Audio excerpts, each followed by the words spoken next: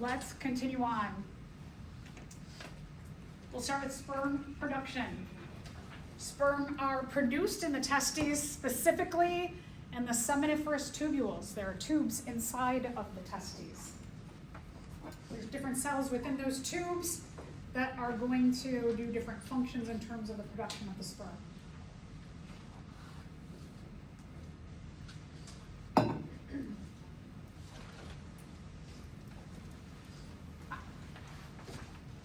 So one of the strategies that we've seen throughout the different systems is that we have like folding, or we have wrapping, or really from big structures to small structures, we have that branching. Same thing here when we're talking about the testes, that inside of the testes,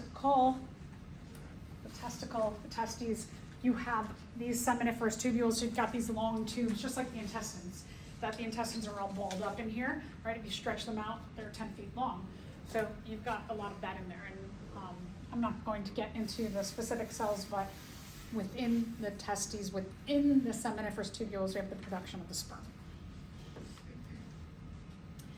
When we're talking about meiosis, or the cell division that produces the sperm, it's really straightforward meiosis. That you start out with a parent cell, and then the DNA replicates, and you get 2 cells at the end of meiosis 1, and at the end of meiosis 2, you get 4 equal sized, what we call spermatids. These are produced in the testes, in the seminiferous tubules, and then these cells travel from the testes to the structure that hugs the testes, the epididymis, where in the epididymis, the spermatids get their midpiece, their tails, and the acrosomes on their heads. They mature. So here again, if we took a look at a sperm underneath the microscope, it looks like this. And the sperm does not carry all of the organelles needed to make a full cell. It only has a tail, which we refer to that structure as a flagellum. This mid-piece that is packed with mitochondria, we're going to see that in the ejaculate that there is a lot of sugar. Sugar goes right into cellular respiration in the mitochondria and can help to fuel that tail spinning and swimming of the sperm. And then you have in that headpiece, you have the nucleus that contains, for humans, 23 chromosomes, and you have these acrosomes, which are enzymes, and I'll talk about those in a minute. All right, so sperm conduction. Sperm are produced in the testes, and then, spermatids are produced in the testes, and then the sperm go into the epididymis.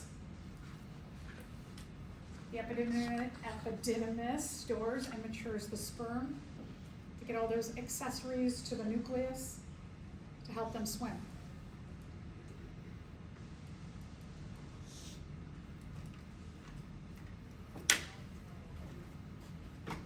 The testes and the seminiferous, the testes and the epididymis are encapsulated in a skin sac called the scrotum. The epididymis, there's a tube that comes out of the bottom of the epididymis, a long tube called the vas deferens. It goes up and over the urinary bladder, and the vas deferens in the prostate gland merges with the urethra. So very different design from the female reproductive and urinary system, where they are completely separate systems. And here they merge in the prostate gland in males. Interesting that they have not evolved to become separate, because that doesn't help with the contraction of sexually transmitted diseases and infections. I always wonder, why was it not favorable for them to move apart? Also, one of the questions that you had in one of your labs was what happens with age, is that the prostate often enlarges, and inside of the prostate is where the urethra and the vas deferens come together, right? So if that enlarges, it squeezes those, and then there can be issues with urination and sexual function. Why would you want those tubes inside of something else that can squeeze on them. Evolution, not always the best. So, this is the scrotum. Inside of the scrotum, you have the testes. Inside of the testes are seminiferous tubules, where the site of meiosis for the production of sperm happens. We call it spermatogenesis. You can see the structure hugging the testes. That's called the epididymis. Inside of the epididymis, the spermatids that are produced in meiosis or spermatogenesis, they mature, they get their acrosomes, they get their midpiece packed with mitochondria to help that tail spin. At the bottom of the epididymis, the sperm lead out, they go into the vas deferens. The vas deferens is a pretty large tube, pretty long tube, and it goes up and over past the urinary bladder. And then we are going to see that the sperm have a bunch of stuff added to them by 3 different glands. We have the seminal vesicle. So the vas deferens goes past the seminal vesicle. The prostate gland. You have the merging of the urethra and the vas deferens. And then the bulbal urethral gland here, this little tiny spot. I might have it, I think I might have the bulbal cavernosa on your checkoff sheet, but I'm not emphasizing that. I'm not emphasizing that. So just to note that this is what we call the bulbal cavernosus. It's a muscle that squeezes on the bulbal urethral gland. The bulbal urethral gland is also called the Cowper's gland.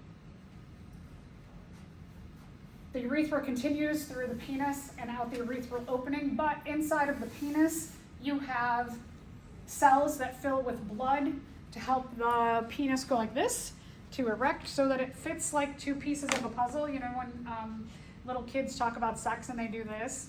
Well, that's the function of the penis being downward. When it fills with blood and it contracts upward, it goes into the vaginas this way, right? So silly things come from actual important biology. The cells that are around the urethra, you have the corpus cavernosum, which is this top layer of cells that have these boxes that I like to think of, they're caverns. And so caverns are open spaces. That you have that can fill with blood, and then surrounding the urethra, you have just this spotty tissue that's like a sponge, and that's called the corpus spongiosum.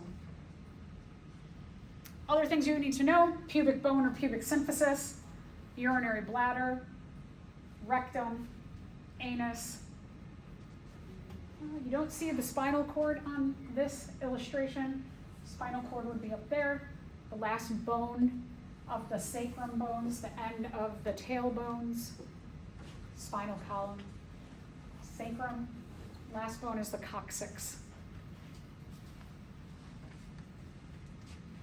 All right, so what's in the semen? We have seminal vesicle, the prostate, and the bulbal urethral gland. They all add stuff to help the sperm to get and survive the acidic vagina, get up into the female reproductive system, have sugars for helping the sperm to swim, to fuel those mitochondria, to fuel the tail. So the sperm has fluid from those 3 glands. Sperm is in fluid from 3 glands. So we'll go through what each one adds to the ejaculate. All right, seminal vesicle, sugar. To fuel those flagella on the sperm. Also prostaglandins. These are hormones. Females and males both have prostaglandins. Prostaglandins in general are going to help with contraction of muscles. We'll see in childbirth there's prostaglandins to help contract the fetus out. And in this case, for sexual function, it's going to help to contract the penis upward to fit into the vagina. The prostate gland, it is going to help to neutralize the acidity of the vagina. The vagina is acidic as part of the non-specific external defenses so that anything that gets into the vagina can be melted down, basically. And then the bulbal urethral gland produces mucus to help lubricate the penis.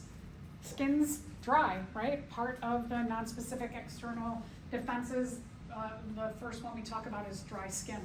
And so that can actually be prohibitive of the penis getting into the vagina, can actually hurt the vagina. So mucus helps to lubricate to help the penis slide in easier and not hurt the vagina. Remember, the bulbal urethral gland is also called the Copper's gland. You can use either term. If I've given you more than one term for a structure, and like for this one, if you put down Coppers or you put down bulbal urethral, I will take either one. Fallopian tube, ovarian tube, oviduct, uterine tube, whatever you put down, I'll be like, okay, cool. A little bit about the hormonal control of spermatogenesis.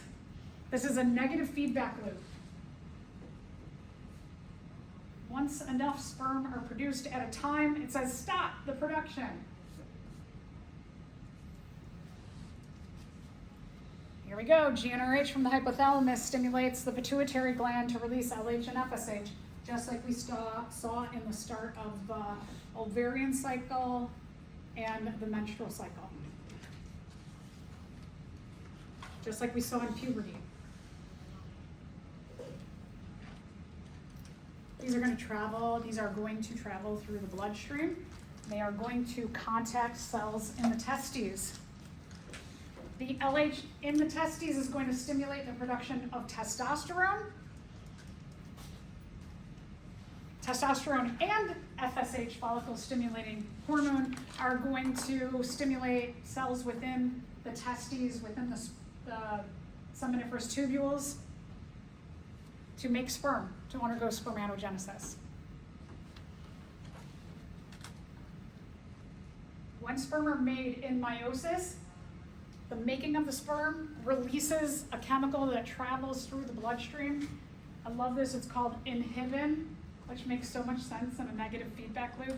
That inhibin goes back through the blood to the hypothalamus and says stop the production of GnRH, which stops the entire cycle.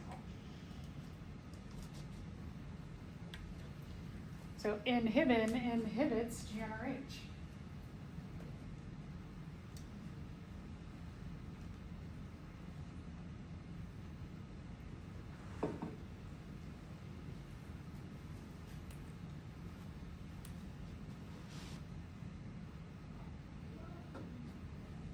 So that whole process just stops more sperm production.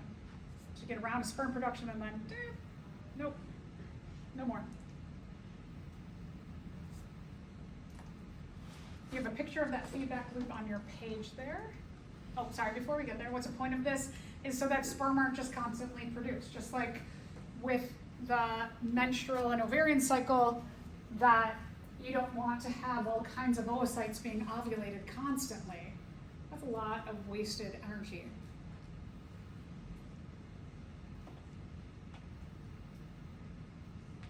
Different than the female reproductive system, this can often go on, the production of sperm, the entire lifetime of a male, whereas females stop their reproductive lifetime in what we call menopause. So, hypothalamus releases GnRH, which binds to receptors on the pituitary gland to release LH and FSH. The LH stimulates cells, we'll just call them cells, inside of the seminiferous tubules of the testes to produce testosterone. Testosterone and FSH stimulate other cells in the testes to undergo spermatogenesis and make sperm, and in the making of the sperm also produce inhibin. The inhibin travels through the blood back up to the hypothalamus and tells the hypothalamus stop the production of GnRH, so therefore we have a negative feedback loop. The last one in the chain tells the first one, stop. So, knowing all of this now, what would happen to male hormone levels if a man's hypothalamus were to continually produce GnRH? LH and FSH levels would be high. Does GnRH stimulate the pituitary gland to release LH and FSH? Yeah. Would testosterone levels be high? Does FSH stimulate the production of testosterone? Mm-hmm.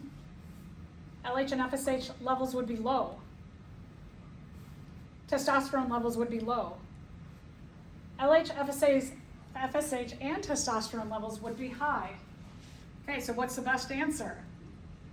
Although A and B are correct, all three of, or the combination of A and B are in E here. Make sure that when you are reading questions in general in your life, because a lot of you will go on to take all kinds of board exams that you have to take, do not stop at the first answer if it is correct. Make sure you read and go, uh-oh, there's two that are correct. Ah, okay. Get in the habit of reading all of the answers. A little bit about copulation or intercourse. In humans, it is internal fertilization. Remember the corals, how they just spew their sperm and egg at the full moon, at the height of the heat in the summer, into water? It's internal fertilization, right? Just like I was talking about before. So what the point of that is to bring the sperm as close as possible to the quote-unquote eggs or oocytes. Also, you're not losing sperm into the water with the currents. All the sperm are pretty much going into the female reproductive system. So this design saves for a lot of energy, but it also makes for the transmission of sexually transmitted diseases and infections go way, way, way up also. Where sperm and egg unite or fertilization occurs in the oviduct, fallopian tube, ovarian tube, uterine tube, whatever you want to call it, any of those four names, fertilization occurs in the fallopian tube, usually about up here.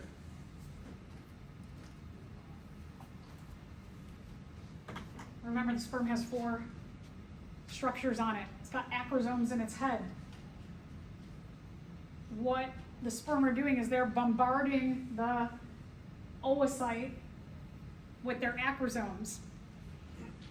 If in ejaculate there's one sperm and one sperm hits that oocyte outer layer, it will not be enough acrosome to weaken the outer layers of the oocyte, and that one sperm will not be able to get in.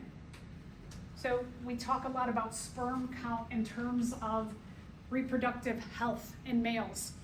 Sperm counts have to be high so that a lot of sperm are bombarding the egg and contributing acrosomes to weaken the entire barrier as a group. Low sperm counts mean that sperm can't get through those outer layers. The most outer layer is called the corona radiata. Remember that after ovulation, the follicle cells mature and become the corpus luteum, and the corpus luteum begins producing estrogen and progesterone. After ovulation, the outermost layers are going to continue to mature into two more layers, the corona radiata and the zona pellucida.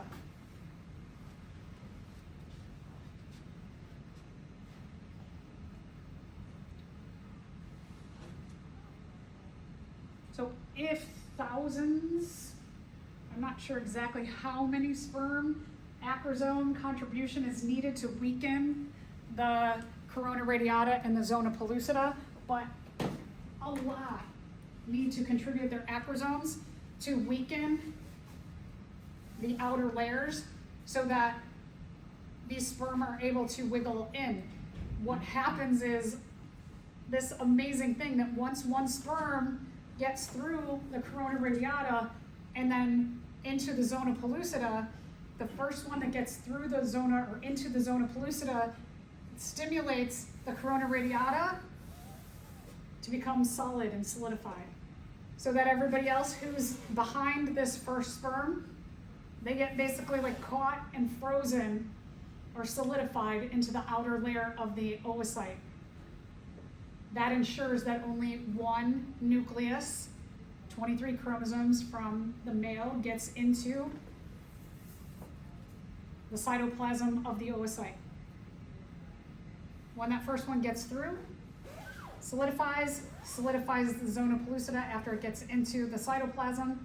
When the sperm gets into the cytoplasm, it's going to stimulate meiosis II to happen in the oocyte, and the egg then is produced, and then the nucleus of the sperm makes its way to the nucleus of the egg, and the nuclei, they combine, and then you start the process of what we'll call cleavage, going from one cell cleaves into two, cleaves into four, cleaves into eight, and then you have the making of the embryo.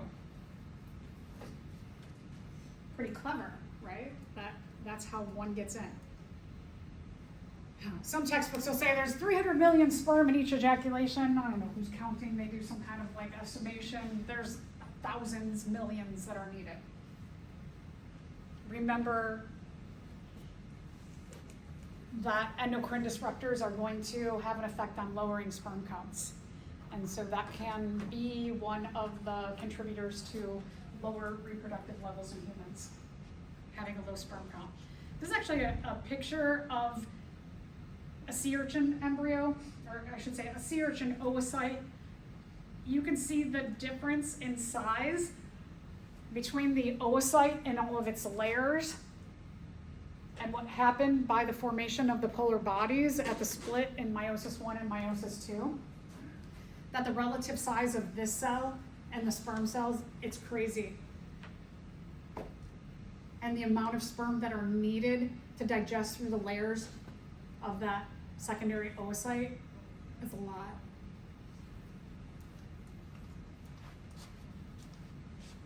So when the first sperm gets in, it's going to travel through the cytoplasm, the nuclei are going to fuse, and the chromosomes from the male and the female combine into one new cell.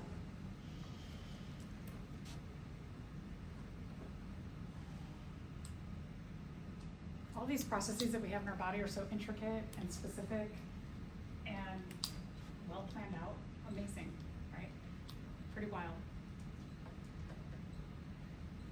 So once that first sperm gets through the corona radiata into the zona pellucida, corona radiata is going to solidify. Once it gets through the zona pellucida, it gets into the cytoplasm, zona pellucida is going to solidify, and then sperm and egg nuclei are going to combine.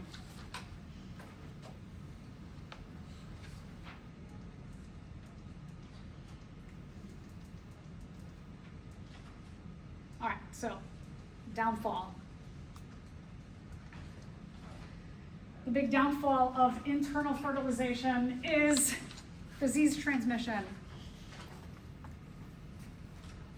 Bacteria, viruses, protists, fungi, small microscopic animals, they all like a nice, warm, moist environment too. So we can, anywhere in our body that we have a portal to the outside world, sexually transmitted diseases can occur. Eyes, ears, nose, mouth, urogenital system. I'm going to quickly go through these. I'm not going to take a ton of time lecturing on all of this because Lab 34, you're looking up all of this information. So I just want to point out some highlights of them. First, I want to go through bacterial infections. So one of the things about the bacterial infections when we're talking about gonorrhea and chlamydia, sorry, I will warn, I'm going to show some pretty graphic pictures. Warning, graphic pictures to come. These three in particular, which are the most common, they are bacterial infections. There are some issues with them in terms of being bacterial infections. One is that there can be antibiotic resistant strains of them. They can, if they are not detected in people, or if somebody's like, they think they might have like a urinary tract infection, and they just never go to see a doctor, it can cause sterility. So it can get up into the male or female reproduction. It can scar up tubes within those systems and cause them to become infertile. Also, just like strep throat. So when we talked a little bit about different kinds of prokaryotes, and specifically, for example, strep throat, I am susceptible to that kind or strain of streptococcus that can cause me to have inflammation in my throat, whereas a lot of you do not have that susceptibility. For whatever reason, your immune system can fight that off. A lot of you will carry that strain of bacteria in your throats and you will have no symptoms, and one little cough by you and I breathe that in and it causes me to get sick. We have the same issue with these bacterial I'm gonna call them STIs, because they can be cured. So sexually transmitted infections, they can be cured with antibiotics. However, like streptococcus and strep throat, you can have people who are carriers of these kinds of bacterial infections who can have sex with various people and be spreading that infection to others without having any symptoms. So what is the answer? Condoms. Condoms are going to be the best protective layer against these bacterial infections, but condoms are not 100% effective either.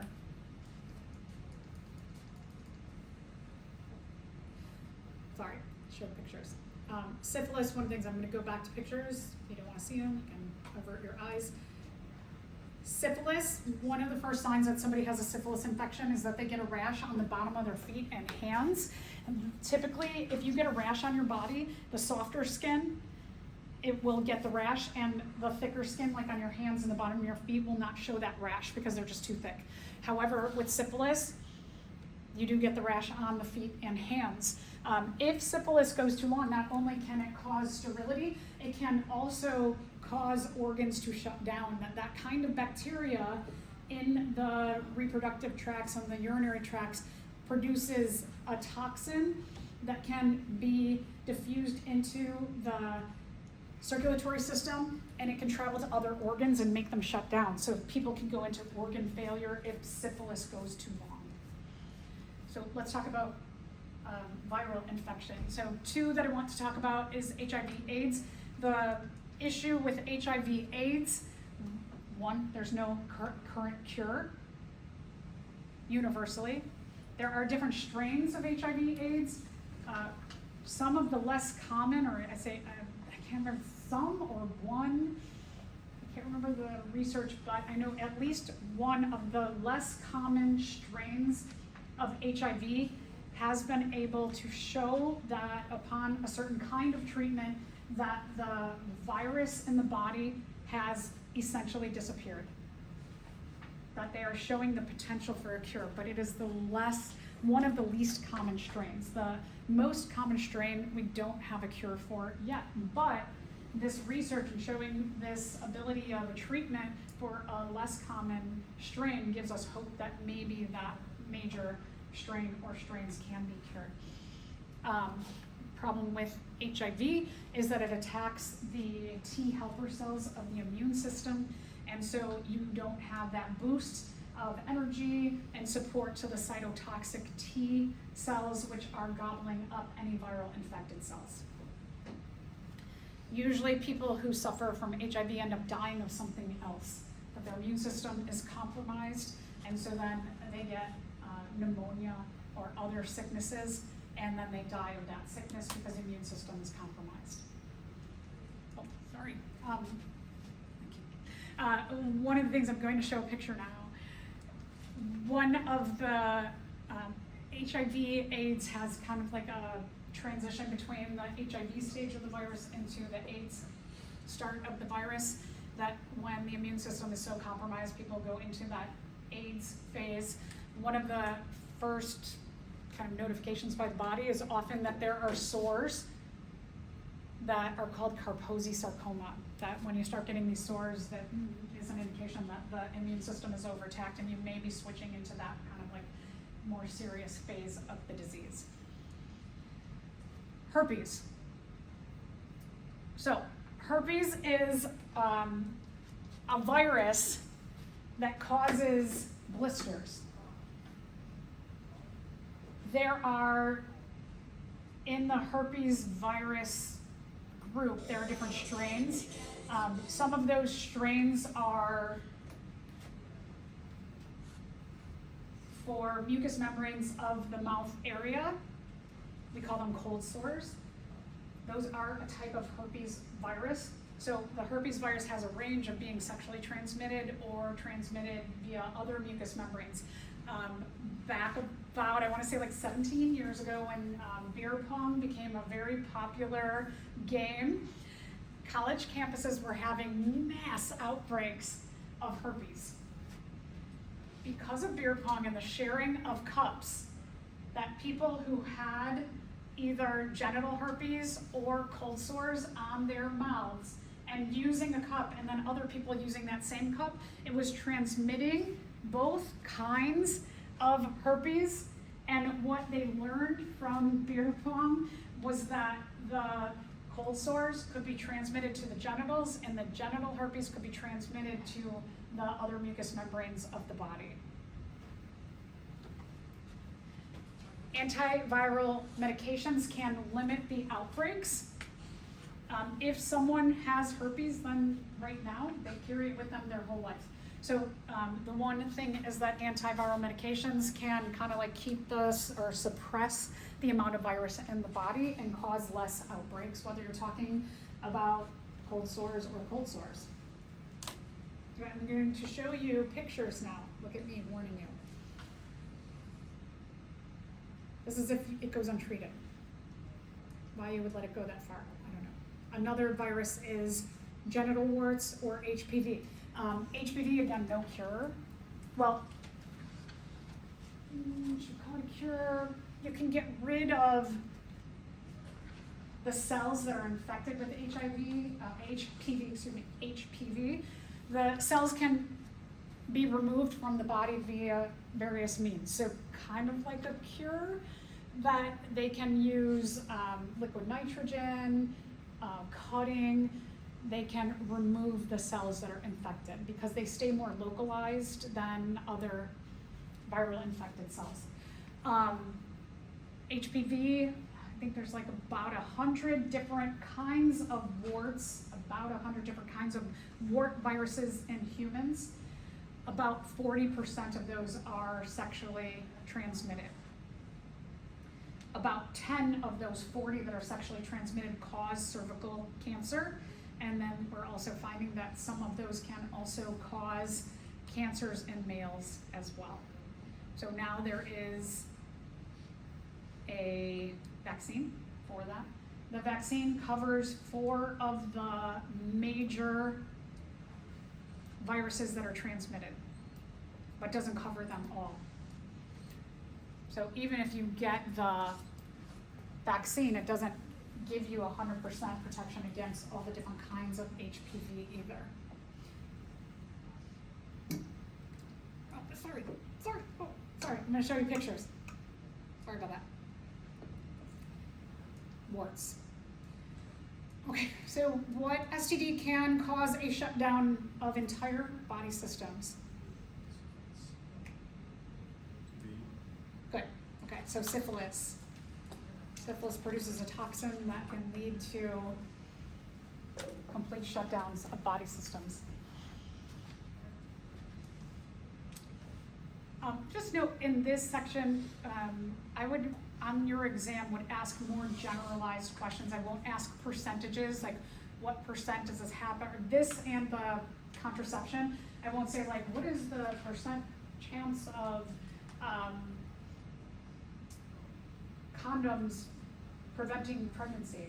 I would ask a question like, which form of contraception has the highest chance of preventing pregnancy? So generalized questions, or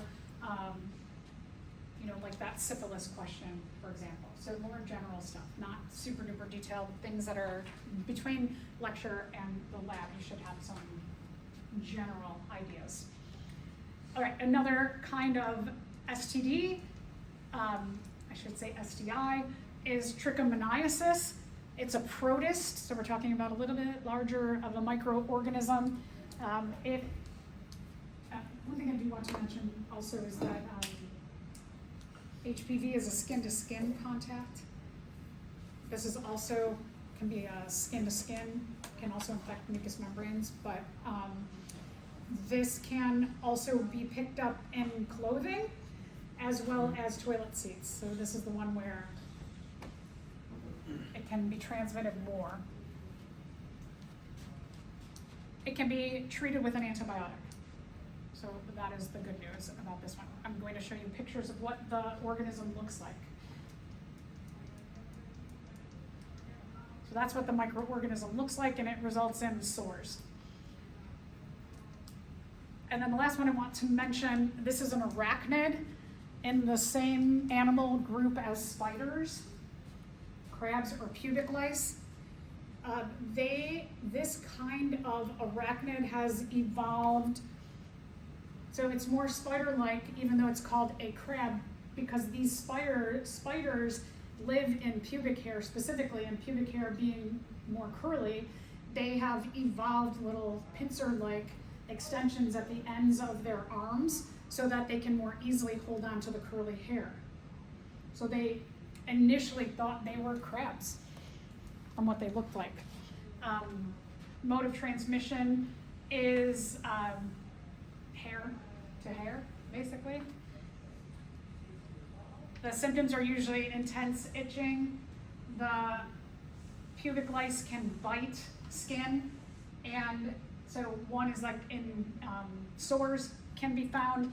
You can physically see them. They are very, very small, but you can see them. The best cure for this is either a chemical treatment, like a chemical shampoo, or shaving off the hair so they have nothing to hold on to. Okay, so I'm going to show you pictures. This is what they look like. So again, not a crab, but an arachnid, more spider-like. And you can see the claw-like extensions. All right, so I have very similar questions to what you'll find on an exam. What STD can be treated with antibiotics? So from this group, which one can use antibiotics? C, chlamydia, would use antibiotics for treatment. And then let's talk about different forms of contraception. Contraception, in general, the job is to prevent pregnancy. So there are different modes of doing that and different ways it can happen. So one is, if you have a mode of contraception that prevents ovulation, then you don't have an oocyte that can get fertilized. So you can't get pregnant. Two is, you have barriers that can prevent the sperm and egg from meeting up. Both sperm and egg are produced, but they never meet together. And then the third is that implantation doesn't happen in the uterus. So the developing embryo doesn't develop well. What do estrogen and progesterone do together when they are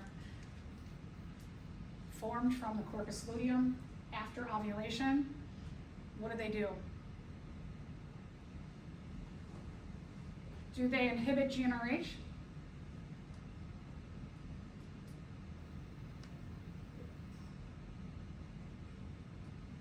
Do they?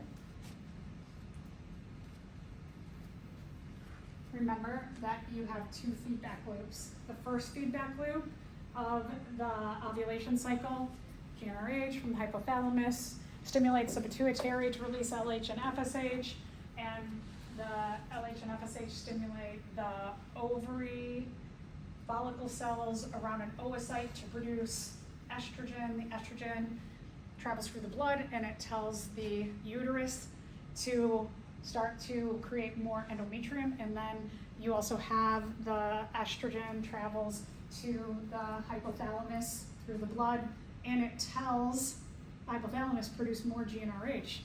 And then the GnRH stimulates production of LH and FSH, and then they travel through the blood, and then they contact the uterus that has the developed follicle cells into the corpus luteum, And the corpus luteum produces estrogen and progesterone, and they travel through the blood and they tell the uterus to create more endometrium, and they travel through the blood and they go back to the hypothalamus and they say no more. So the second feedback loop that involves progesterone with estrogen inhibits GnRH.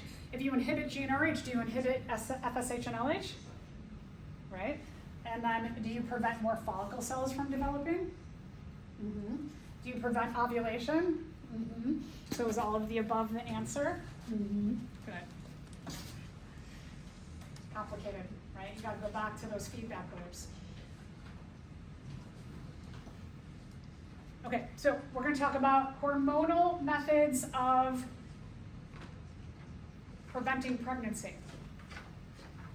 What they do, hormonal methods, either you're having a supply of estrogen or more likely progesterone. Well, okay, so it could be estrogen and progesterone or progesterone alone.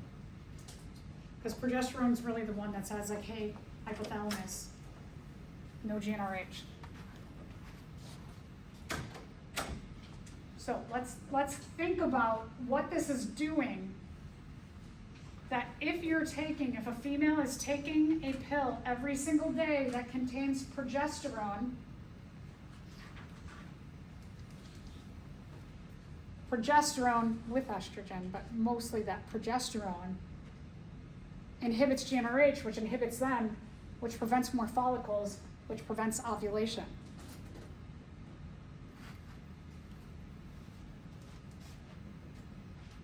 So one of two things it's tricking the body into. It's tricking the body into thinking that we've got one follicle cell or oocyte out there that we need to nurture, and or high levels of progesterone trick your body into thinking it's pregnant and that it's got a developing embryo.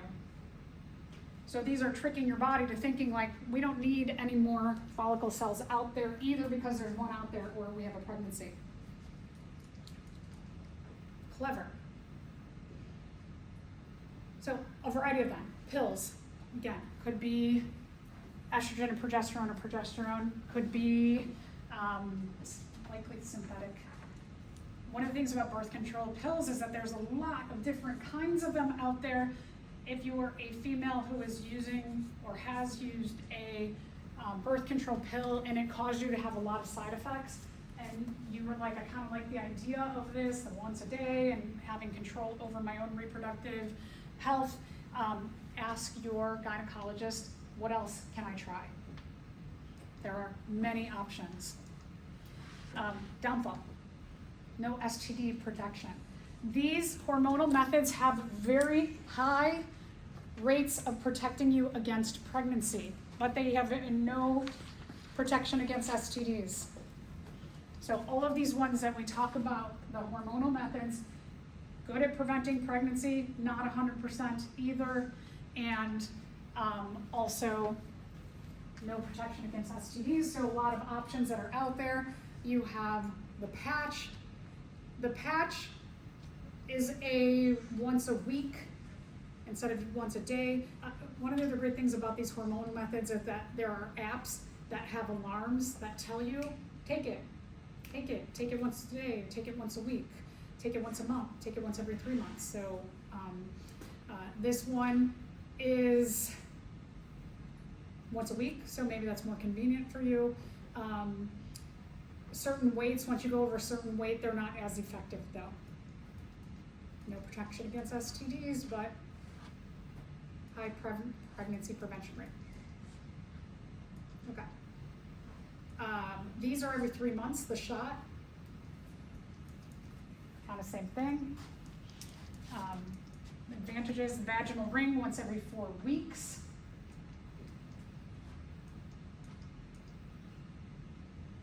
The vaginal ring, it sits in the vagina up against the cervix.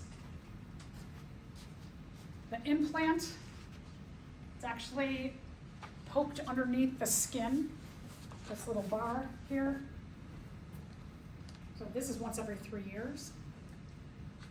Okay, so those are just a variety of different hormonal methods available. It will be interesting, there's a lot of research going on to see if there are hormonal methods that can be used by males instead of only females. So let's talk about barrier methods. Barrier methods, methods that prevent the sperm and egg from meeting. They keep them apart. They're a barrier. So let's take a look at them. So condoms. Condoms have the best protection against STDs out there. There's not only a male condom, there are female condoms also. Not a bad idea for females if you are on a hormonal method to also double up with you have control over this, where you have a female method where this sheath, like the male condom, goes into the vagina. This ring sits against the cervix, and this is just outside of the vagina. Doesn't have as high of a prevention rate of both STDs and pregnancy, but if you combine this or this with other methods, right? If you're doing a hormonal one and you combine this, and both of these have spermicide on them, you're just kind of like adding your layers of protection from pregnancy and or STDs. There is the diaphragm, which is also called the cervical cap, and it goes in the vagina, and it sits over the cervix. So the hole in the cervix, it prevents the sperm from getting past there. This is often combined with a lubricant that has spermicide in it. So again, you got like the doubling up. You could also combine this again with a hormonal method. So you could have a lot more protection. This produces partial protection against STDs because then only the vagina is exposed to any potential STDs or STIs, and it doesn't get into the upper part of the female reproductive system. The pregnancy protection is not as good as condoms. But again, double that up with something else, maybe even with condoms and spermicide. And then there is the sponge. The sponge is very similar to the diaphragm, where it's a sponge that sits up against the cervix. The sponge has spermicide in it, so we got a doubling up of methods. It gives partial protection against STDs. Sponge diaphragm can be used for a whole day at a time. You put them in, and a day later you remove them. Spermicide is often with condoms or diaphragms. It's in the sponge. You could use just spermicide alone. So there's a lot of options here with spermicide. Spermicide can be a jelly or cream that's inserted into the vagina, a suppository, kind of like a compact pill that melts down from the body heat, a foam, a film. It can be on also condoms. So there's a lot of flexibility to this. Alone, the range is big, but again, use this often with something else. Okay, let's talk about other things that can be utilized in terms of pregnancy prevention. So the implant, like an IUD, goes into the uterus. It's got a couple of different methods that are hormonal and or metal-based, killing sperm. Now, this one. I've heard quite often people getting pregnant with an IUD. So the data always shows that, but then I find articles that say otherwise, and I know anecdotally people who say otherwise. So this one, I'm skeptical about the data on it. As an emergency form of contraception is the Plan B. You can find this at almost anywhere that has a pharmacy counter, and it is a concentrated dose of hormones, which is going to cause the uterus to contract and push out the endometrium, potentially containing a fertilized embryo. Within 72 hours of having sex, unprotected sex with someone.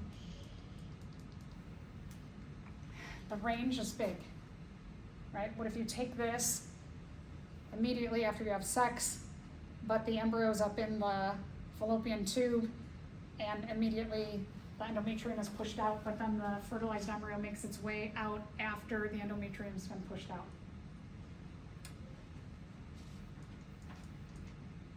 This causes very painful cramping, causes the uterus to push out the endometrium. It can be very painful. And then there are behavioral methods that, one, abstinence. If you're just choosing not to have sex, that will prevent a pregnancy from happening. STD protection, 100%. There's also the rhythm method.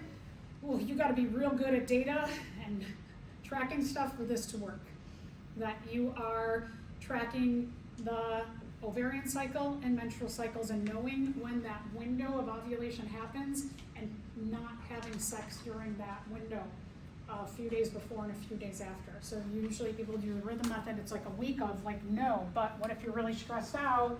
You really have to know, does this person's menstrual cycle, is it like always on track, exactly the same no matter stressors in the world, sicknesses, etc.? Or what if you're somebody who just stress really affects your cycles? This is probably not for you. So pregnancy could be like 0% to 96% depending on how good you are at tracking. And then there's surgical sterilizations, like the vasectomy. This one's interesting. This is becoming something that younger men are getting to ensure that they are not producing sperm and then having reversed if they choose to have children. It's not always 100% guaranteed that it can be reversed. And even though someone has a vasectomy, it's not 100% guaranteed that the severing of the vas deferens, which is what happens, sticks. Sometimes the vas deferens is like, so like for example, I had somebody drop a scuba tank on my foot and I lost bones in my foot, and so then I had these metal poles that were sticking out of my foot to hold the bones in place, and where the bones were crushed and gone, the bones formed back together and they came back together and I grew bone. Sometimes the vas deferens grows back together. So you never know. And then for females, so this is when we're talking about vasectomy, it's also a procedure that can be done. Go into the doctor's office, they do it in office, and you're out and about, and the next day you're feeling totally fine. Whereas for females, it's a surgery. Big difference. Lot more potential for complications and even death. So for females,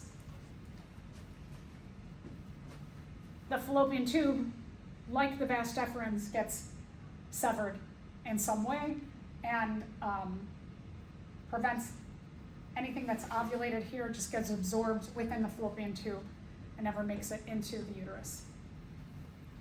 All right, so those are just overview of the different kinds of STDs and contraception. I'd like to do a little quick talk through it. The lab helps also to reinforce all of this. Anybody have any questions?